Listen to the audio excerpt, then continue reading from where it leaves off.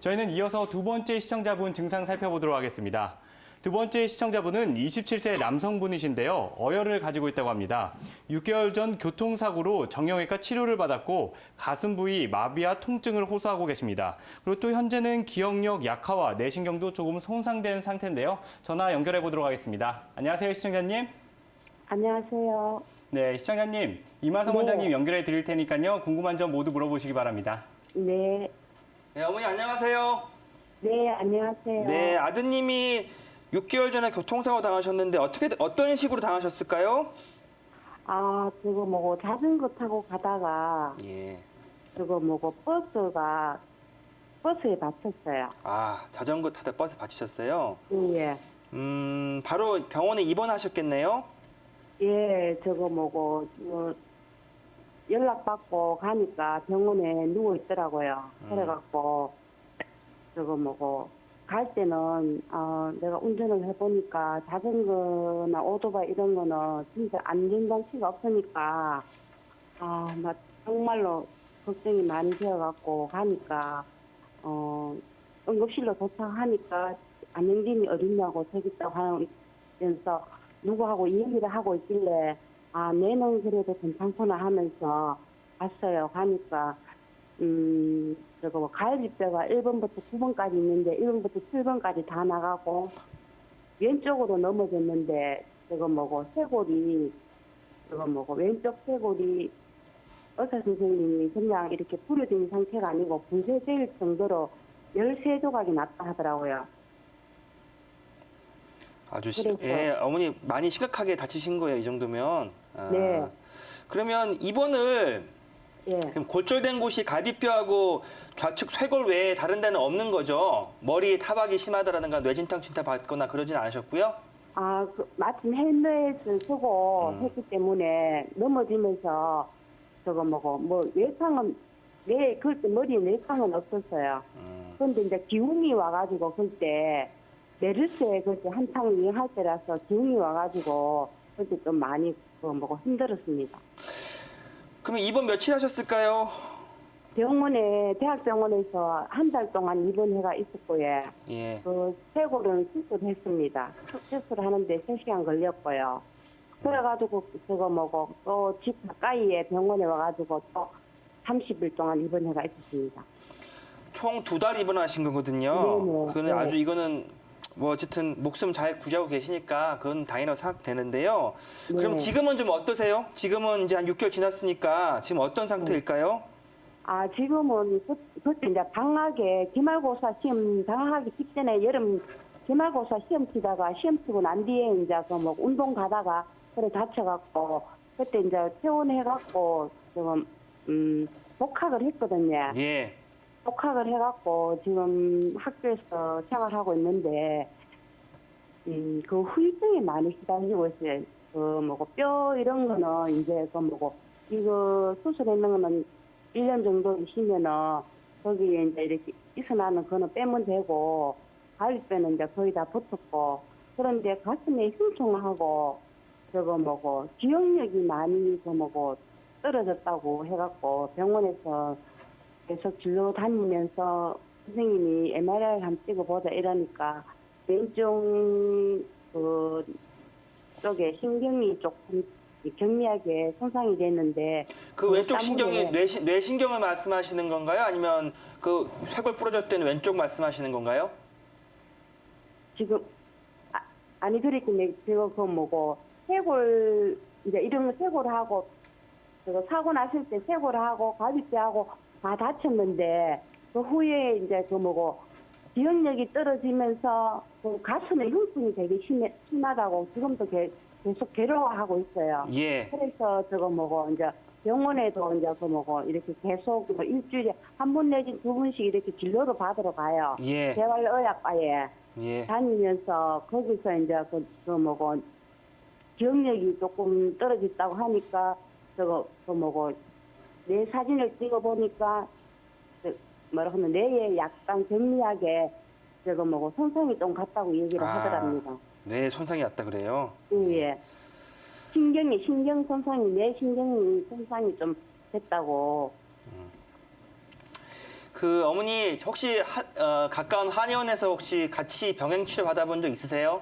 아드님? 한의원에는 안 가보고 이제 제가 이제 그 뭐고 주위에 이렇게 사고 난 사람들한테 이렇게 얘기하고 하면은 한의원에서 이렇게 조금 그 뭐라 그러나 치료를 좀 받고 네. 저도 생각에 이제 그래 했으면 좋겠다 싶어서 아들한테 얘기를 했어요. 예. 그래 아들이 우선에 이거 저거 뭐 외과적인 게 너무 그게 웃음 되면은 그렇게 하겠다고 얘기를 했거든요. 예.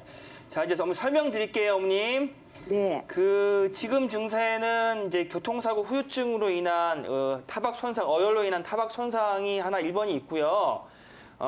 그리고 저기 그 기억력 감퇴에 대한 문제가 있는데 두 가지 나눠서 볼 수 있어요. 이 상태는 하나는 어혈로 인한 타박 손상의 경우에는 그 지금 재활의학과 병원에서 재활 치료받고 이제 같이 뭐 이게 그 근력이라든가 다른 치료를 하고 계시긴 합니다만 한의원에서 그 해당하는 부분에 침이라든가 또는 뭐 약침, 뭐 뜸 같은 걸 같이 병행하게 되시면 주변에 이제 굳어 있는 결국 이제 갈비뼈가 부러져 있던 부분이 그게 회복이 되면서 주변 조직이 같이 이제 경직이 되어 있는 상태가 있으실 거거든요. 그래서 생기는 흉통이 대부분의 경우가 갈비뼈가 숨 쉴 때 이게 늘어났다가 수축됐다 하는 식으로 해서 이제 이게 유연하게 벌어졌다가 수축이 돼줘야 되는데 그것이 되지 않아서 생기는 통증인 경우들이 좀 높고요.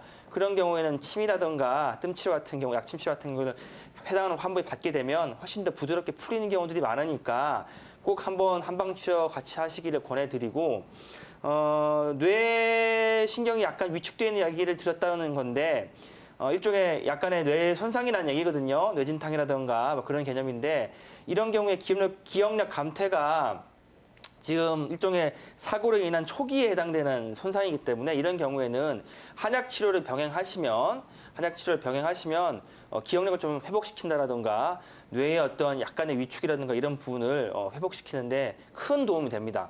그리고 뇌와 관련되어 있는 한약도 쓸 수 있지만 타박 손상이 많이 심해서 몸 안에 어혈이 많이 돌아다니는 형태라고 한다 그러면 어혈을 풀어주는 한약을 쓰는 경우에도 치료가 훨씬 더 효과적일 수 있기 때문에 지금 재활학과 병원을 좀 정형외과 병원을 다니면서 재활 치료 받는 거를 이제 끝나면 그 이후에 한의원을 다녀보겠다는 생각을 하지 마시고 저라면 그 지금 이 시점에서 한의원에 가까운 한의원 가셔갖고 한번 이제 한방적으로 뭐 내 몸 안에서 어를 푼다 그러면 뭐 한약을 쓴다라든가 뭐 기억력이라든가 하는 부분도 한약 쓸 수 있고요. 그다음에 지금 가슴에 통증 또 쇄골 붙어 있는 요 통증 위주로 하는 부분도 침치료 병행하시면 훨씬 더 나아질 수 있으니까 같이 해보시는 것이 어떨까 하는 그런 추천의 말씀을 드리고 싶습니다.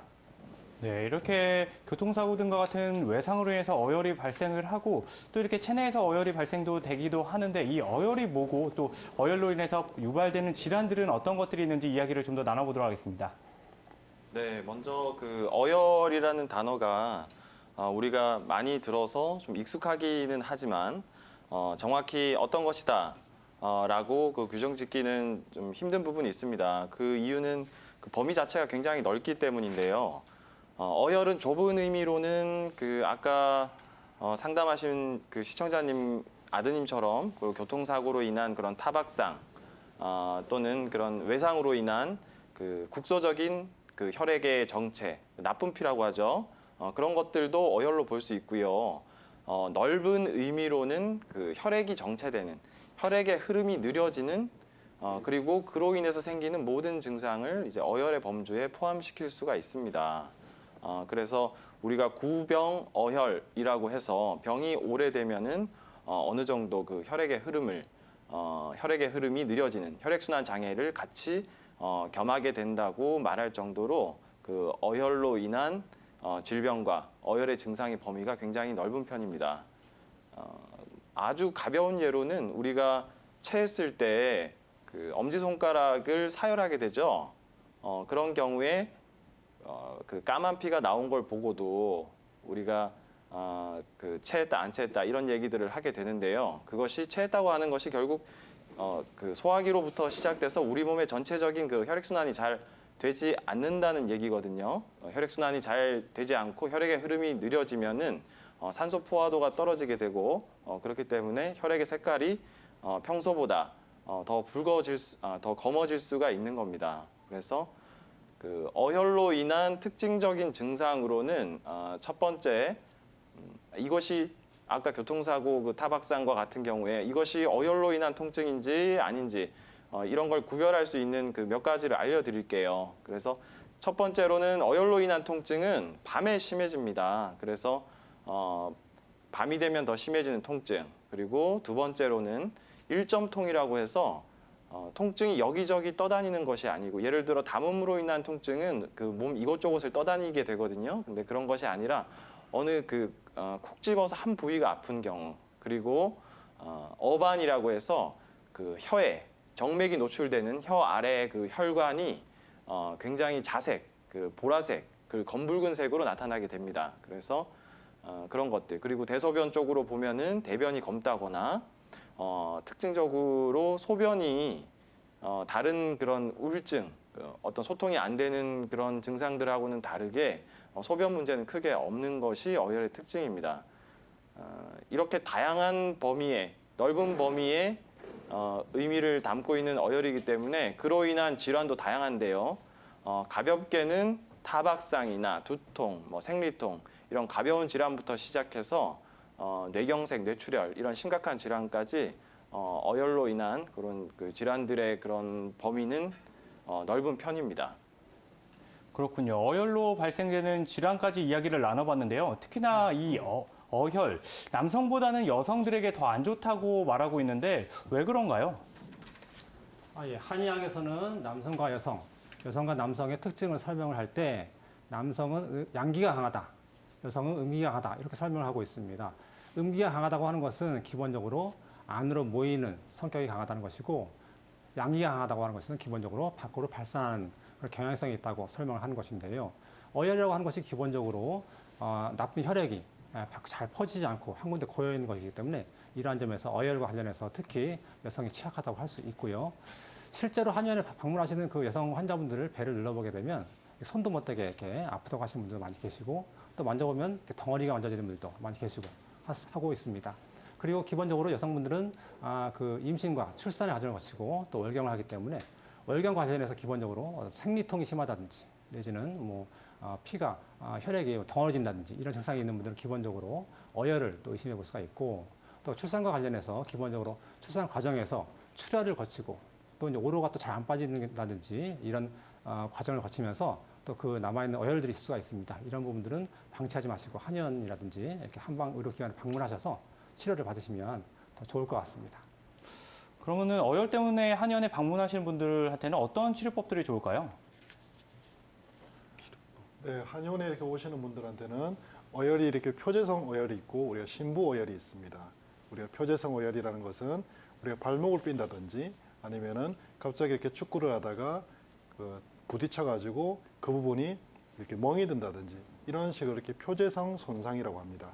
이런 손상이 있을 때는 부항을 통해서 그 부분에 어혈을 이렇게 빼줍니다. 그러면은 시커멓게 되어 있는 조직이 다시 이렇게 예전의 조직처럼 이렇게 부드럽게 돌아가게 되죠.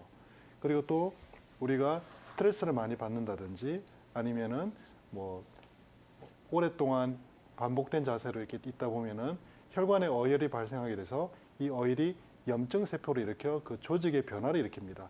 그렇게 되면은 그 부분이 딱딱하게 이렇게 변한다든지 아니면 그 부분이 굳어서 통하지 않는 이런 증상들이 나타나게 되는데요. 이런 것을 신부어혈이라고 이야기합니다.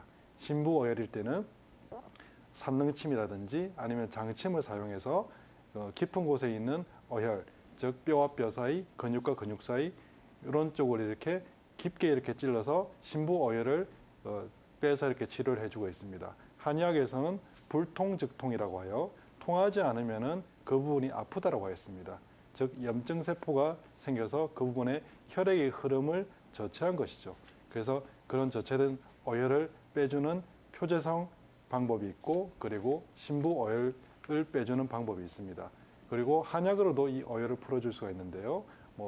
도액승기탕이라든지 아니면은 당기수산이라든지 그리고 어혈 약물로서는 도인, 홍화, 목단피 등을 사용하여 이런 신부어혈을 다 풀어주는 방법을 사용하고 있습니다.